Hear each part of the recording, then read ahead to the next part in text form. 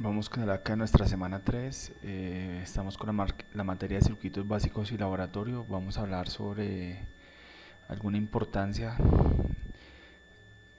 o alguna relación que pueda haber entre los temas vistos en esta materia de circuitos básicos y laboratorio aplicado al tema de la ingeniería de sistemas. Por ejemplo, podríamos hablar del tema de las leyes de Kirchhoff, aplicándolo específicamente al tema de encontrar corrientes y voltajes dentro de una malla. Podríamos hacer una aplicación que nos ayudara a encontrar los voltajes, las corrientes que llegan a cada una de nuestras resistencias dentro de un circuito. Por hacer un software que que nos generara unos datos de salida, dependiendo de unos datos de entrada que podrían ser inicialmente las resistencias o los valores de las baterías que tenga nuestro circuito. Este software debería tener en cuenta varios aspectos. Inicialmente debería ser capaz de identificar nuestro circuito, si es un circuito en serie, en paralelo o es mixto. En cualquier caso, de los tres casos, las operaciones que va a hacer son diferentes. En el caso del circuito en serie, deberá ser una sumatoria de todas las sumas de nuestras resistencias para encontrar la resistencia total, y a partir de ese dato empezar a obtener los otros datos de corrientes y de voltajes. En el caso de un circuito en paralelo, debe trabajar con la inversa de cada una de nuestras resistencias, por lo que va a ser una operación que es un poco más compleja.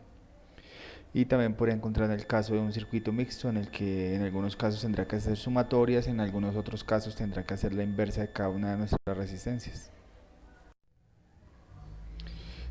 ¿De qué deberá ser capaz nuestro sistema?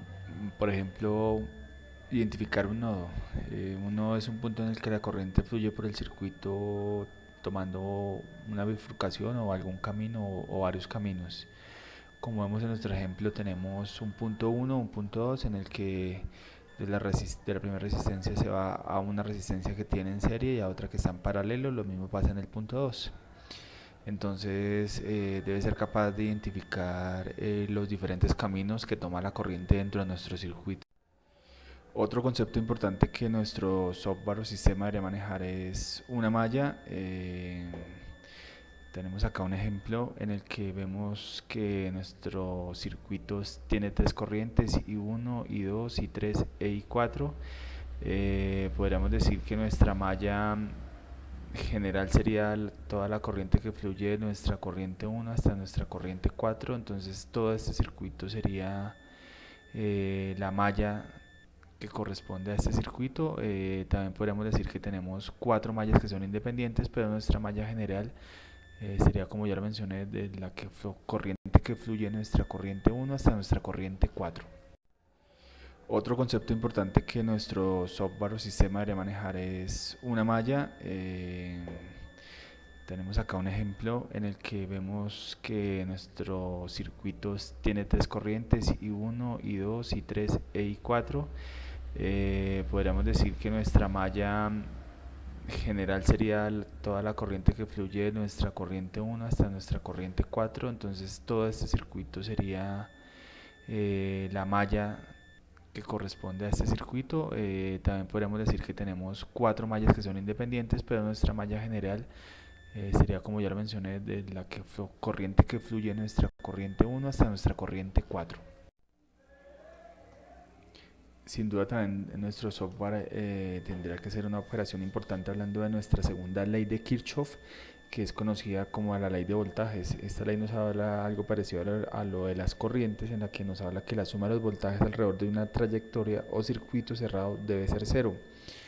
O lo que es lo mismo, como vemos en nuestra imagen, que al sumar las resistencias que llegan al sumar los voltajes que llegan a nuestras resistencias R1 y R2, al sumarlas nos debe dar un total de 5 voltios, que es la fuente de alimentación total de nuestro circuito.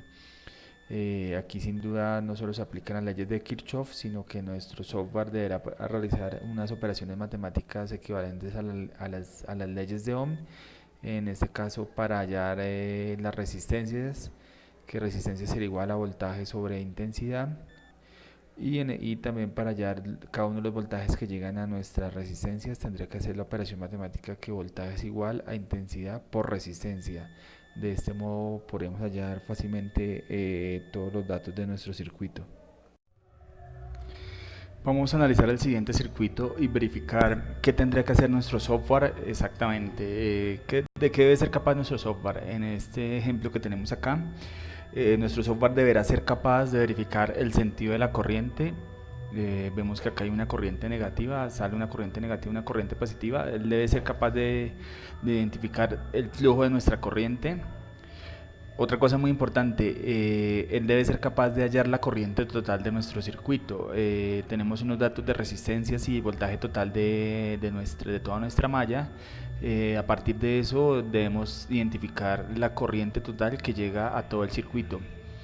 Y otra cosa muy importante que debe realizar nuestro software es reducir las resistencias a una resistencia equivalente para todo el circuito.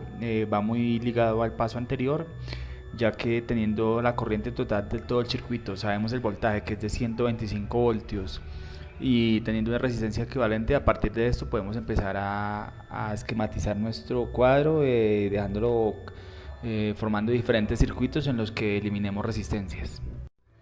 Muchas gracias por su atención. Recuerden que este mundo de los circuitos son innumerables las cosas que se pueden hacer relacionadas con sistemas. A medida que se vaya adquiriendo más conocimiento, el mundo del conocimiento sería muy amplio y se pueden hacer muchas cosas. Las relaciones entre sistemas y electrónica son infinitas, por ende, esto sería algo de nunca acabar.